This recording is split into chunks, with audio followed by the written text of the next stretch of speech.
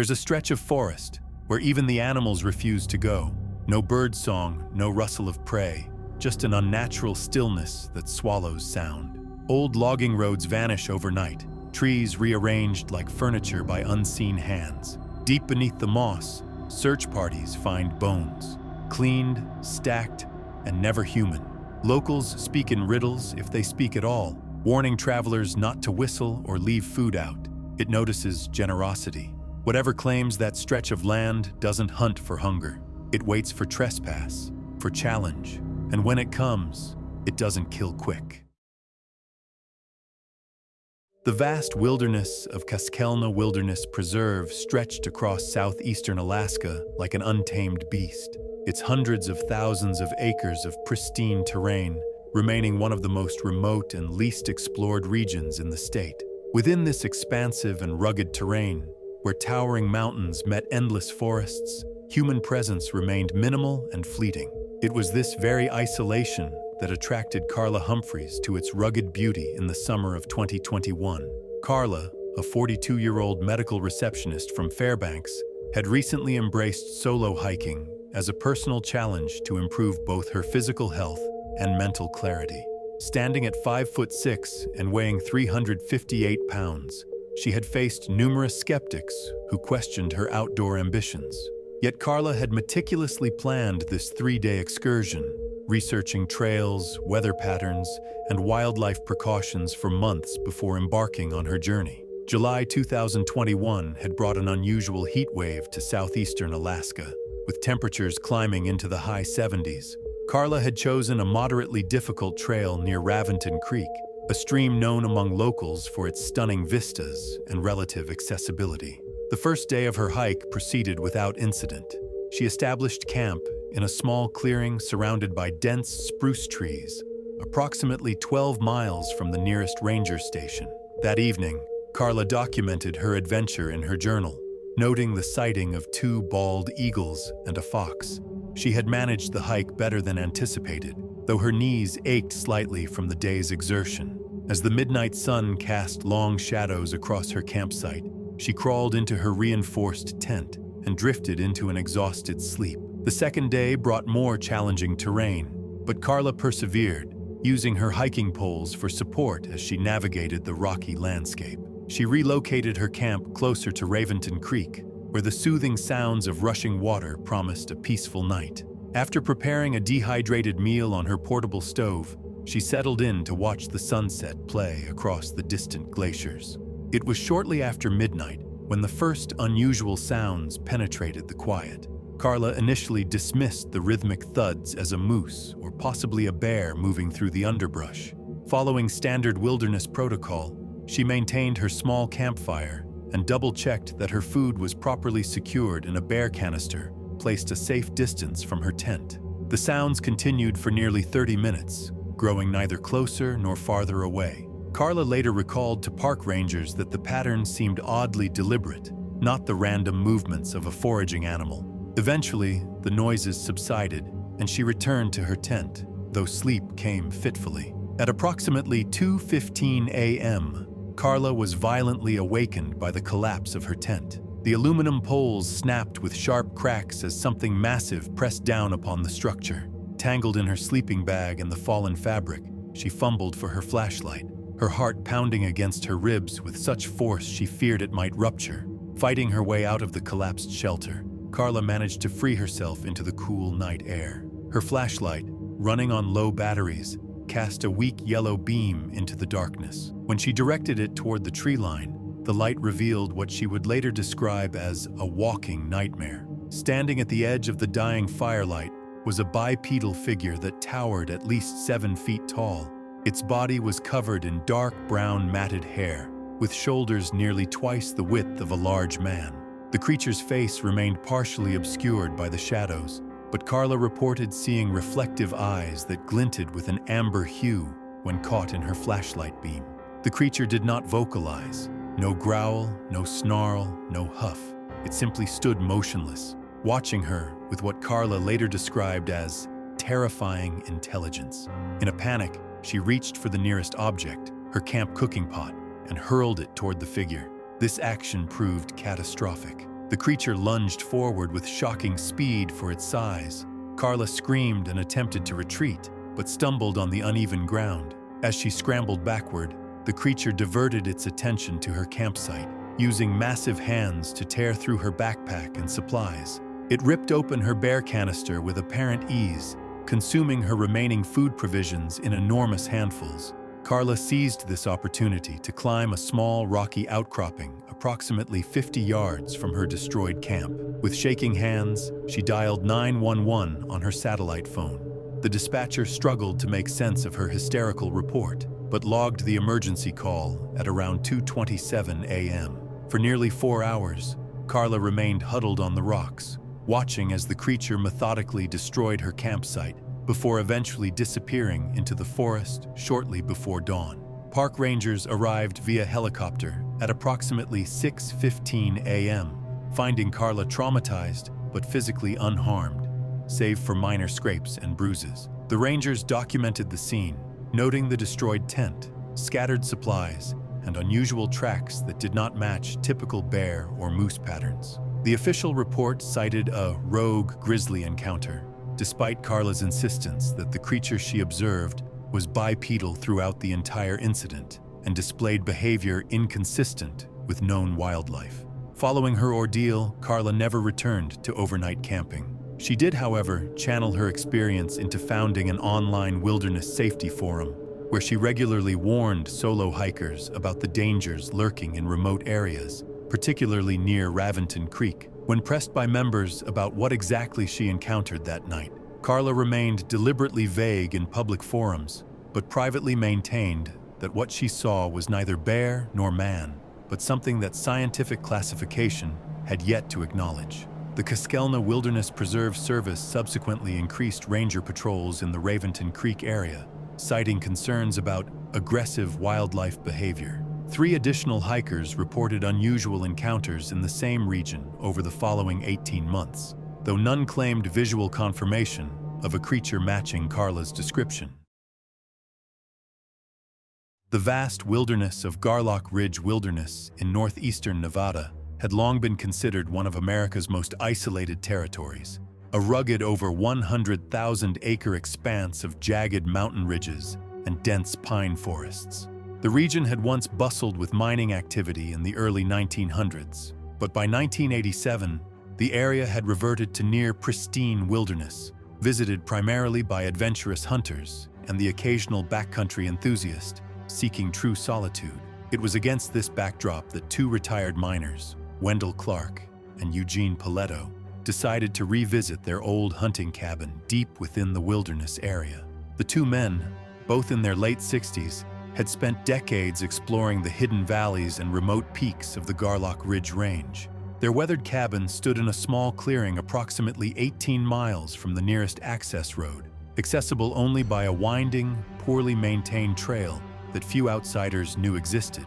For this October excursion, Wendell had extended an invitation to his adult niece, Charlene, and her longtime friend, Marcus, both outdoor education instructors in their late 30s. Wendell hoped that the clean mountain air and simple rhythms of wilderness life might provide a shared retreat from their hectic city lives. The group arrived at the cabin on October 14th, having spent nearly 6 hours navigating the difficult terrain. The structure itself was modest, a single-room dwelling constructed of thick pine logs with a stone fireplace and basic amenities. A small generator provided limited electricity, and a nearby spring supplied fresh water. Charlene, upbeat and resourceful, and Marcus, methodical and calm under pressure, settled into the routine of cabin life surprisingly well. Charlene took responsibility for meal preparation, while the men spent their days hunting the surrounding forests. The first 2 days passed uneventfully, with crisp autumn weather and clear skies. On the 3rd day, however, the barometric pressure dropped dramatically, and heavy snow began falling by mid-afternoon. Within hours, nearly 8 inches of fresh powder had accumulated, effectively cutting off their direct route back to civilization. Eugene remarked that he hadn't seen such early-season snowfall in nearly 15 years, though neither man expressed particular concern. The cabin was well provisioned, and they had planned for a week-long stay regardless. As darkness fell on that 3rd evening, the temperature plummeted to 17 degrees. Inside the cabin, Charlene had prepared a hearty venison stew using meat from a small deer Wendell had shot the previous day. The group ate by lantern light, listening to the occasional cracking of tree branches outside as they succumbed to the weight of accumulating snow. At approximately 10:30 p.m., Eugene noticed an unusual silence had descended upon the forest. The night creatures, the owls, coyotes, and nocturnal rodents whose sounds typically formed the wilderness soundtrack, had gone completely quiet. Wendell initially attributed this to the snowfall, but something in his expression betrayed deeper concern. The first anomalous sound occurred 20 minutes later, a heavy, deliberate footfall that did not match any typical forest creature's gait. The steps circled the perimeter of the cabin with unnerving precision, crunching through the fresh snow.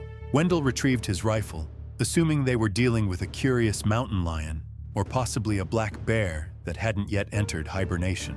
What happened next defied conventional explanation. A rock approximately the size of a cinder block crashed through the rear window, showering the interior with glass and snow. Charlene screamed as Wendell and Eugene immediately moved to secure the cabin, boarding the broken window with spare lumber and pushing the heavy oak table against the front door. All four huddled in the center of the room, rifles loaded and ready. For nearly 3 hours, they endured what Eugene later described as psychological warfare. Something large repeatedly circled the cabin, occasionally scratching at the walls or roof.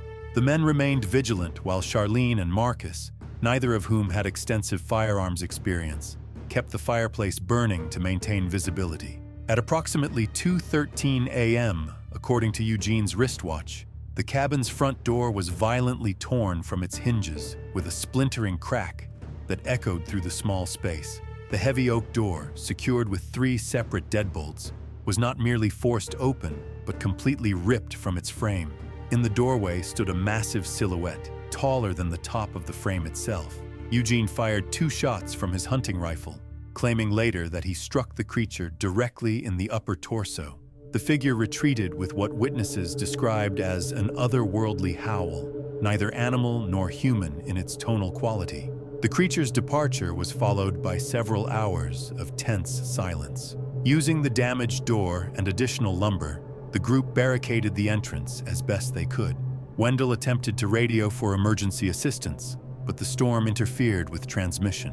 It wasn't until the following morning that he successfully contacted park authorities, reporting what he carefully described as a wildlife incident. The blizzard conditions delayed rescue efforts for an additional 48 hours. When rangers finally reached the cabin, they found the structure significantly damaged. The door frame showed evidence of extraordinary force, with splintered wood suggesting that whatever had removed the door had done so by pulling it outward rather than pushing it inward. Most concerning were the footprints found around the property, 18 inches in length with a bizarre anatomical structure that resembled a human foot, but with only 4 toe impressions.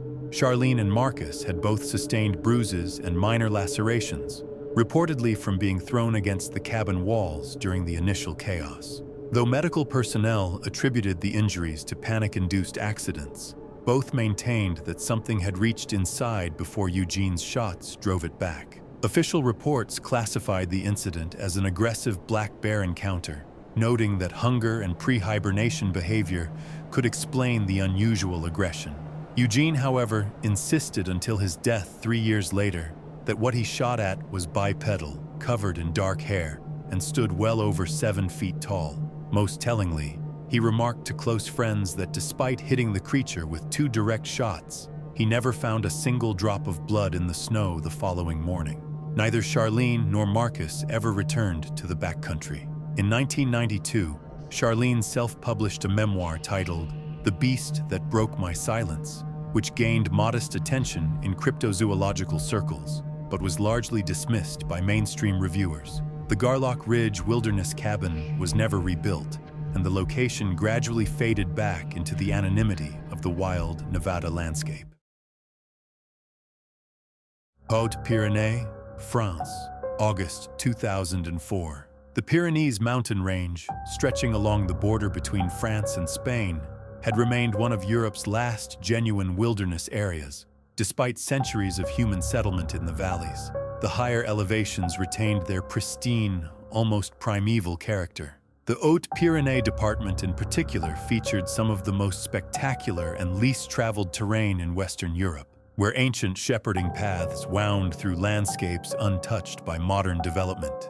The TR-8 Traverse, a legendary long-distance hiking route running through the central Pyrenean range, attracted adventurers from across the globe.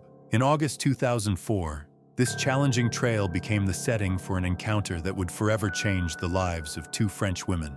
Lucille Dumont, a 33-year-old travel blogger from Lyon, had built a modest following online by documenting her journeys through often overlooked European destinations. Lucille approached hiking with careful preparation and enthusiasm. She had selected the central portion of the TR-8 Traverse for her latest adventure, inviting her longtime friend, Sarah Bellucci, a 31-year-old elementary school teacher, to join her. The two women had diligently prepared for their week-long trek, though Lucille had stubbornly declined the mule-carrying services commonly used by hikers traversing the challenging trail.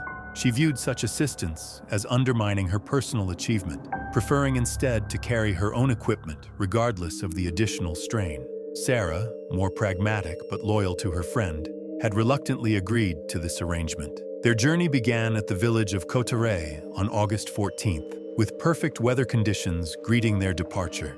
The first 2 days progressed without incident as they climbed steadily higher into the mountains, camping at designated sites and encountering occasional fellow hikers. Lucille documented their progress with photographs and notes for her travel blog, particularly impressed by the diverse alpine flora they encountered along the route. On their third day, they reached Lac d'Estaing, a remote glacial lake nestled between towering peaks. The pristine blue waters, reflecting the surrounding mountains, presented such a captivating scene that they decided to make camp earlier than planned. They selected a flat area approximately 50 meters from the shoreline, with a small copse of pine trees, providing natural shelter from the prevailing winds. After preparing a simple meal of dried pasta and canned vegetables, the two women watched the sunset paint the surrounding peaks in brilliant oranges and pinks. As darkness fell, the temperature dropped considerably, and they retreated to their tent shortly after 9:30 p.m. The remote location offered no cellular service, creating a rare opportunity for complete disconnection from the outside world. Both women were awakened shortly after midnight by an unusual sound echoing across the lake. Sarah initially dismissed it as wind through the high passes, but Lucille recognized it as something more deliberate, what she later described as someone yelling in an ancient dialect. The calls contained distinct phonetic patterns, rising and falling in a rhythm that suggested communication rather than random animal noises. Assuming it might be local shepherds checking on high mountain flocks, Lucille unzipped the tent and stepped outside to investigate. The night was clear, with a 3/4 moon providing substantial illumination across the landscape. As her eyes adjusted to the darkness, she scanned the shoreline opposite their camp. What she saw defied rational explanation. Standing among the rocks on the far side of the lake was a silhouette that appeared human in its basic structure, but profoundly wrong in its proportions. Even at a distance of several hundred meters, Lucille could discern that the figure stood well over 7 feet tall, with unusually long arms and a stooped, powerful posture. Most disturbing was the realization that it was staring directly at their camp. Lucille later recounted that the moment their eyes met across the water, the creature's behavior changed dramatically. It began moving along the shoreline with alarming speed, heading toward the narrow end of the lake where it could cross to their side. She retreated into the tent, frantically explaining to Sarah what she had seen. Skeptical but concerned by her friend's obvious distress, Sarah retrieved the emergency flare they carried for mountain emergencies. The women hastily gathered their essential belongings as the sound of heavy footfalls approached their camp from the lake's edge. Sarah stepped outside and fired the emergency flare, illuminating the surrounding area in harsh red light. What the flare revealed sent both women into a state of panic.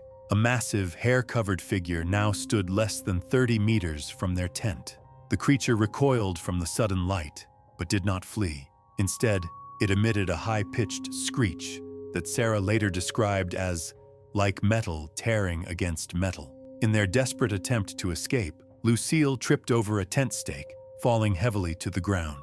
The creature closed the distance with shocking speed, swiping at her with elongated fingers that left deep lacerations across her thigh and shoulder. Sarah fired a second flare directly at the being, causing it to retreat temporarily into the shadows.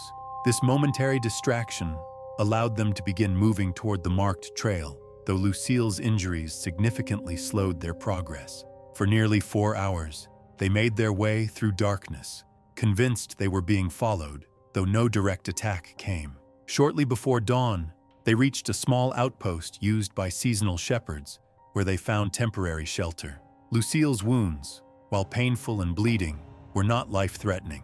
Using a satellite phone at the outpost, they contacted emergency services. French gendarmes arrived by helicopter at mid-morning, transporting both women to a hospital in Tarbes. Upon returning to the campsite later that day, authorities discovered their shredded tent, scattered belongings, and a series of unusual footprints measuring approximately 43 centimeters in length.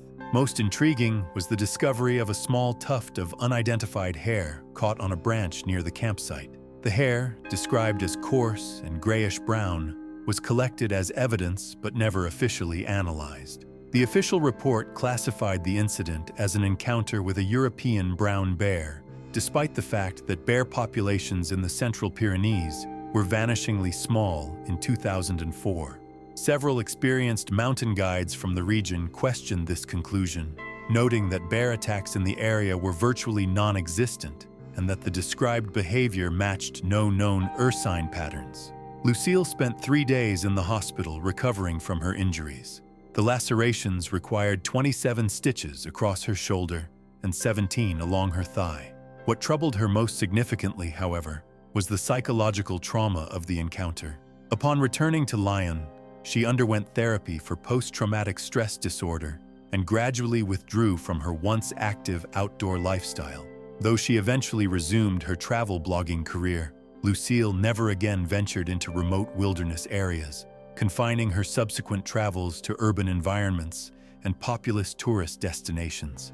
Her blog now features a prominent section on wilderness safety, with specific emphasis on traveling in groups when exploring isolated regions. While never explicitly stating what she encountered at Lac d'Estaing, her writing frequently references the unacknowledged guardians of Europe's ancient mountain ranges. Sarah Bellucci returned to her teaching position, but refused all interviews about the incident. The small piece of hair collected from the scene was reportedly transferred to a research facility in Toulouse, but never appeared in any official documentation thereafter. Pocahontas County, West Virginia, April 1993.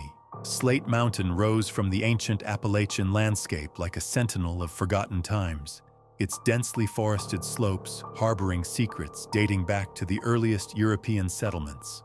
Located in the remote southeastern corner of Pocahontas County, West Virginia, the mountain had earned a reputation among locals for unusual occurrences that most attributed to the region's isolation and the peculiar acoustics created by its slate formations. The area's timber industry had long sustained the surrounding communities, though by the early 1990s, environmental regulations had significantly curtailed operations. Dean Wallace, a third-generation logger who had worked these forests since his teenage years, maintained a small family cabin on the eastern slope of Slate Mountain. The rustic structure, built by his grandfather in 1937, lacked modern amenities but offered an authentic retreat from the increasing complications of contemporary life. In mid-April 1993, Dean invited his cousin Ronald Pruitt, a recently retired train conductor recovering from a minor back surgery, to stay at the cabin for a week of recuperation. Ronald, in his early 60s, had spent most of his adult life in Charleston and welcomed the escape from urban stress and medical follow-ups. Though the cabin's remote location initially concerned his physicians, they ultimately agreed that the mountain air and peaceful surroundings might benefit his recovery, provided he maintained a regimen of light activity and proper medication. The cousins arrived at the cabin on April 12th, traveling the last 3 miles via Dean's weathered pickup truck along an overgrown logging road. The single-room structure featured a wood-burning stove, a small kitchenette, and basic furnishings. An outhouse stood approximately 30 yards behind the cabin, and a natural spring nearby provided surprisingly clean water. Despite its simplicity, the setting offered breathtaking views of the surrounding Briarstone Forest Reserve, particularly as spring foliage began emerging from dormant branches. Ronald acclimated quickly to the cabin's rustic charm and established a comfortable routine of short walks, reading, and assisting Dean with meal preparation. His recovery progressed well, though the cabin's elevation of 3,200 feet occasionally left him short of breath during physical exertion. The first 2 days passed uneventfully, with Dean spending daylight hours clearing brush around the property while Ronald documented the abundant wildflowers in a journal he had brought for this purpose. The third night brought unseasonably warm temperatures to Slate Mountain. Ronald, finding the cabin uncomfortably stuffy despite open windows, decided to step outside shortly after midnight to enjoy the cool night breeze. The forest surrounding the cabin was illuminated by a bright half-moon, casting silver light across the small clearing. As he settled onto a rough-hewn bench beside the cabin door, he became aware of an unusual silence. The typical nighttime chorus of insects and nocturnal creatures had completely ceased. This unnatural quiet was suddenly broken by what Ronald later described as a guttural, high-pitched screech emanating from the tree line approximately 50 yards east of the cabin. The sound bore no resemblance to any wildlife native to the Appalachians. Not bear, not coyote, not catamount. Following this vocalization came the distinct sound of heavy bipedal movement through the underbrush, branches snapping under substantial weight. Peering into the shadowed forest edge, Ronald observed something large and dark move between trees before disappearing into denser vegetation. Though he caught only a glimpse, he was certain the figure stood upright and moved with deliberate purpose rather than the random wanderings of a typical forest animal. He estimated its height at nearly 8 feet, with a broad shoulder structure that dwarfed even the largest black bear he had encountered in wildlife documentaries. When Ronald retreated inside and described what he had seen and heard, Dean initially dismissed his account. Having spent his entire life in these mountains, he attributed the experience to the combination of unfamiliar forest sounds and the stress of Ronald's recent medical procedure.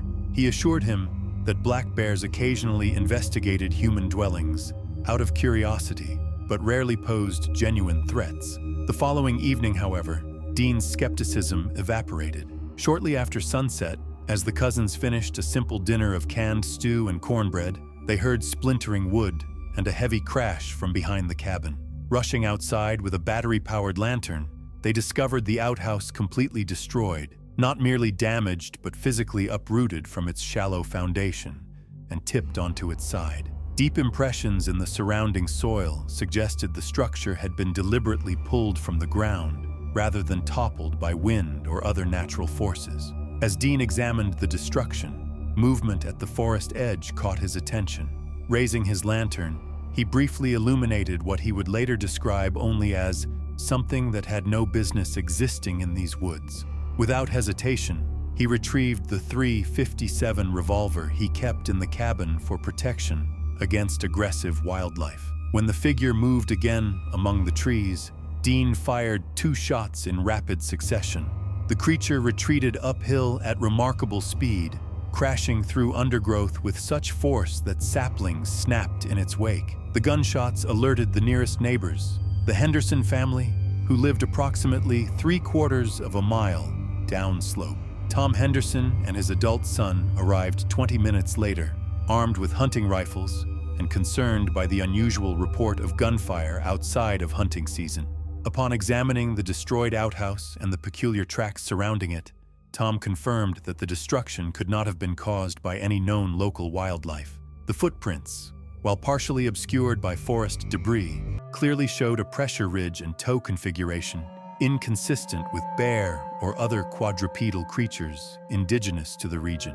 Though they searched the immediate area, no blood trail indicated that Dean's shots had found their mark. The 4 agreed to maintain a watch through the night, but no further disturbances occurred. By morning, Dean insisted that Ronald return to Charleston, fearing for his safety and health should the creature return. He departed mid-morning, never to return to Slate Mountain. Local authorities, responding to Dean's reluctant report the following day, documented the property damage but attributed it to vandalism potentially connected to disputes over timber rights, a conclusion that ignored both the remote location and the absence of human footprints at the scene. When pressed about the unusual tracks found near the outhouse, the investigating deputy acknowledged they were too clean to be bare, but declined to offer alternative explanations in his official report. The incident became part of local folklore, with Ronald's account spreading through family networks in Pocahontas County. He eventually relocated to Roanoke, Virginia, where he found the proximity to civilization more comforting after his experience. Though he rarely discussed the incident with outsiders, his immediate family noted that he developed an intense aversion to forests and remote areas following his stay at Slate Mountain. Dean Wallace continued to use the cabin periodically until 1997, when he accepted a position with a timber company in Tennessee. Before leaving West Virginia, he reinforced the cabin with steel security shutters and installed motion-activated lighting, modifications ostensibly for protection against human trespassers, but which those familiar with his experience recognized as precautions against something far less explicable. Slate Mountain remains largely unchanged today, its forests still harboring whatever secrets lurk among the ancient trees. Local hunters occasionally report unusual vocalizations from its higher elevations, particularly during spring and autumn months, though most dismiss these sounds as natural phenomena amplified by the mountain's unique geology. January 2016 brought unusually severe conditions to northern Queensland. A prolonged drought, exacerbated by one of the most intense El Niño events on record, had transformed the typically lush rainforest into a tinderbox of desiccated undergrowth and stressed vegetation. Temperature records shattered across the region, with 14 consecutive days exceeding 40 degrees Celsius. Fire authorities had issued the highest possible alert levels, warning that even the moisture-loving Balandre had become vulnerable to wildfire for the first time in decades. It was against this backdrop of environmental crisis that Erin Nash found herself working overtime monitoring wildlife movements near Mount Kinjara, one of the Balandre's most isolated and pristine sections. At 40 years old, Erin had dedicated the past 15 years of her life to conservation work in Queensland's protected areas. As a senior field technician for the Department of Environment and Science, she specialized in tracking endangered species responses to environmental stressors. Known for her stamina and precision in the field rather than speed, Erin's expertise and steady temperament had earned her widespread respect among colleagues and Indigenous conservation partners alike. The monitoring project had begun 2 weeks earlier, utilizing specialized drones equipped with thermal imaging cameras to track cassowary populations as they responded to the drought conditions. The endangered birds, with their distinctive blue necks and prehistoric appearance, served as crucial seed dispersers for over 150 rainforest plant species. Understanding their movement patterns during environmental crises had become a priority for conservation scientists trying to mitigate climate change impacts on the ancient ecosystem. On January 23rd, one of Erin's drones malfunctioned during a routine survey flight, losing connection with the control system before apparently landing approximately 2 kilometers north of her field station. The drone contained valuable data from multiple survey flights, prompting Erin to attempt recovery despite the increasingly dangerous fire conditions. She notified her base camp of her intended route and estimated return time before setting out on foot, carrying adequate water and emergency supplies for what should have been a 3-hour round trip. The journey began without incident, with Erin following a rarely used maintenance track that wound through increasingly dense vegetation. The forest's typical symphony of bird calls and insect activity had diminished noticeably in the oppressive heat, creating an unsettling silence broken only by her footsteps on the dry ground. Approximately 40 minutes into her trek, she detected the first faint traces of smoke drifting through the canopy, an ominous sign that fires had ignited somewhere upwind. Radio contact with base camp confirmed her suspicions, A lightning strike had started a fire approximately 4 kilometers northwest of her position. While not immediately threatening, changing wind conditions could rapidly alter the situation. Her supervisor advised terminating the drone recovery mission, but Erin, calculating she was already more than halfway to the target location, decided to press forward with heightened urgency. She located the downed drone wedged in the lower branches of a strangler fig, the retrieval requiring just 10 additional minutes. With the valuable equipment secured in her backpack, she began her return journey, only to discover that smoke conditions had deteriorated dramatically during those few minutes. What had been wispy tendrils now formed a thickening gray pall that reduced visibility and intensified the already oppressive heat. Erin made the critical decision to divert from her original route, heading instead toward a small stream she knew ran roughly parallel to her planned path. The waterway would provide both orientation in the thickening smoke and potential shelter if the fire approached too rapidly. This decision ultimately saved her life, though not from the threat she anticipated.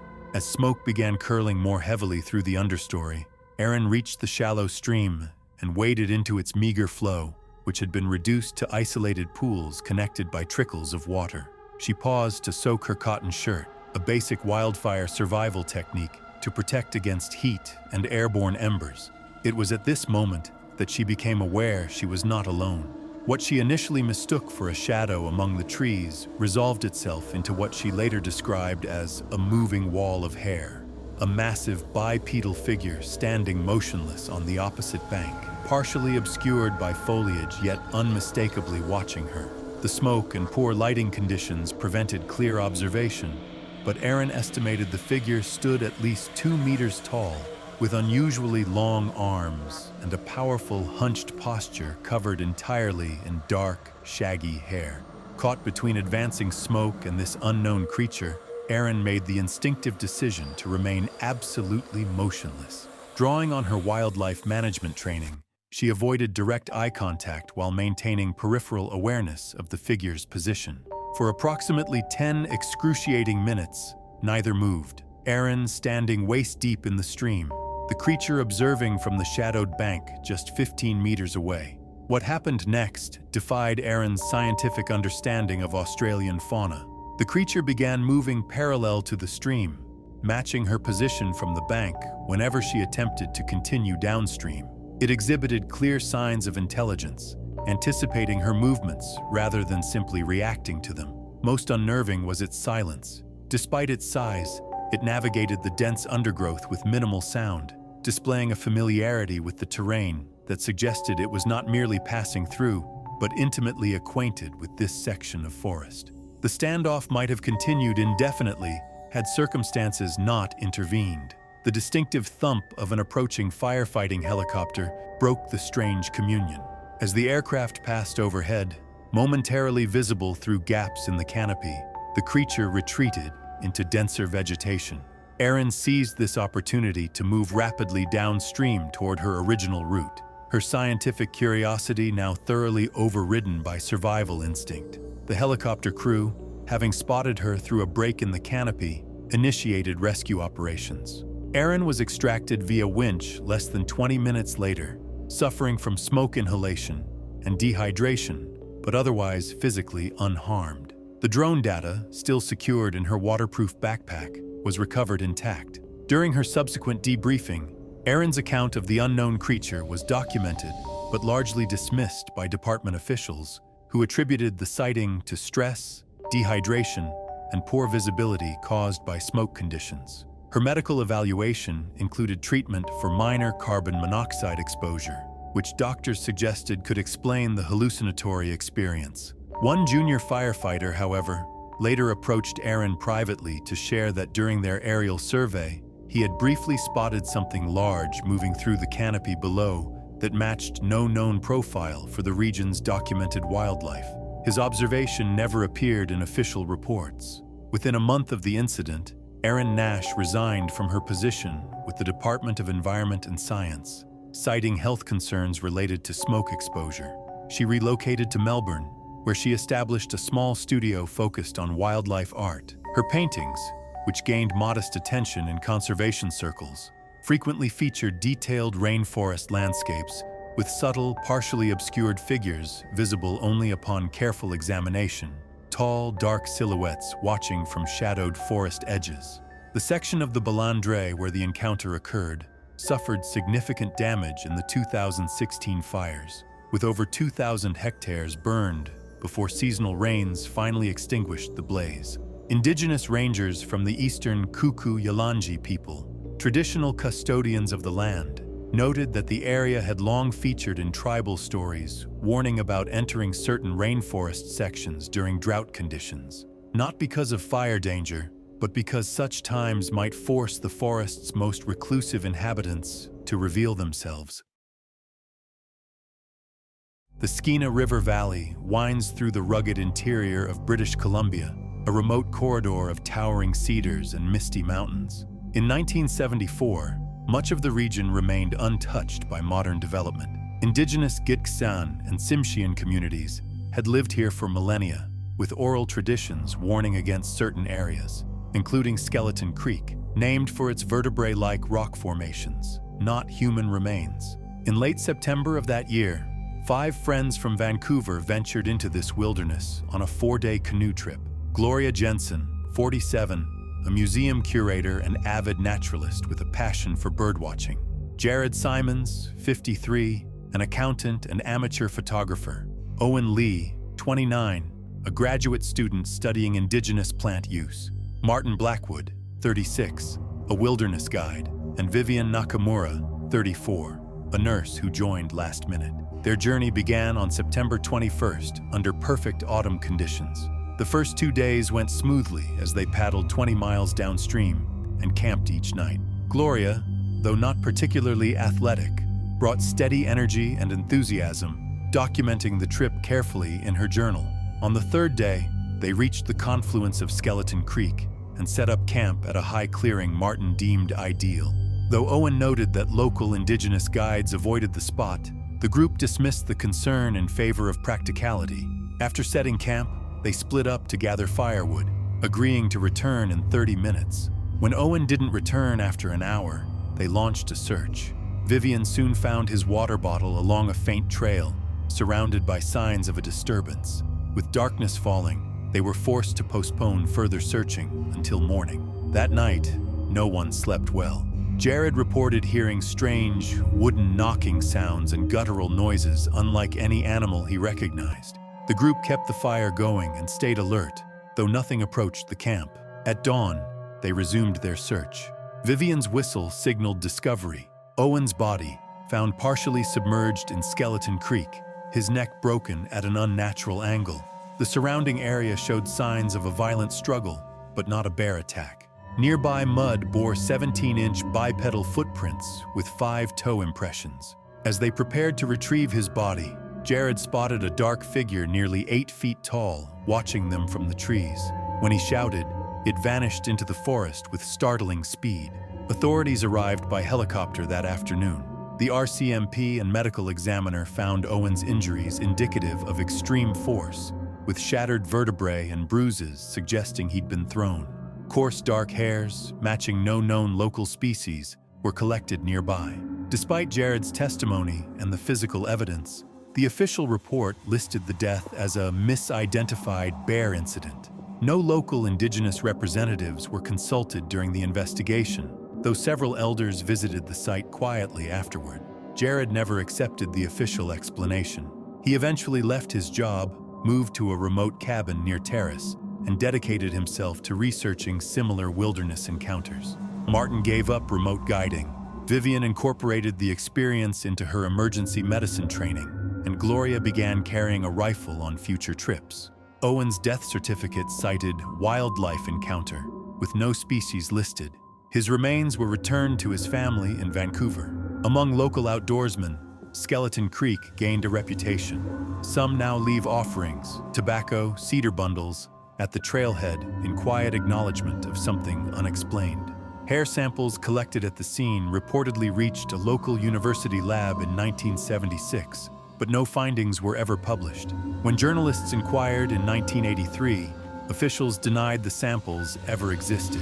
Officially, Owen Lee's death remains a tragic accident, but those who were there, and those who live by the ancient forests of the Skeena Valley, believe something else haunts Skeleton Creek, something that grows more territorial as winter approaches.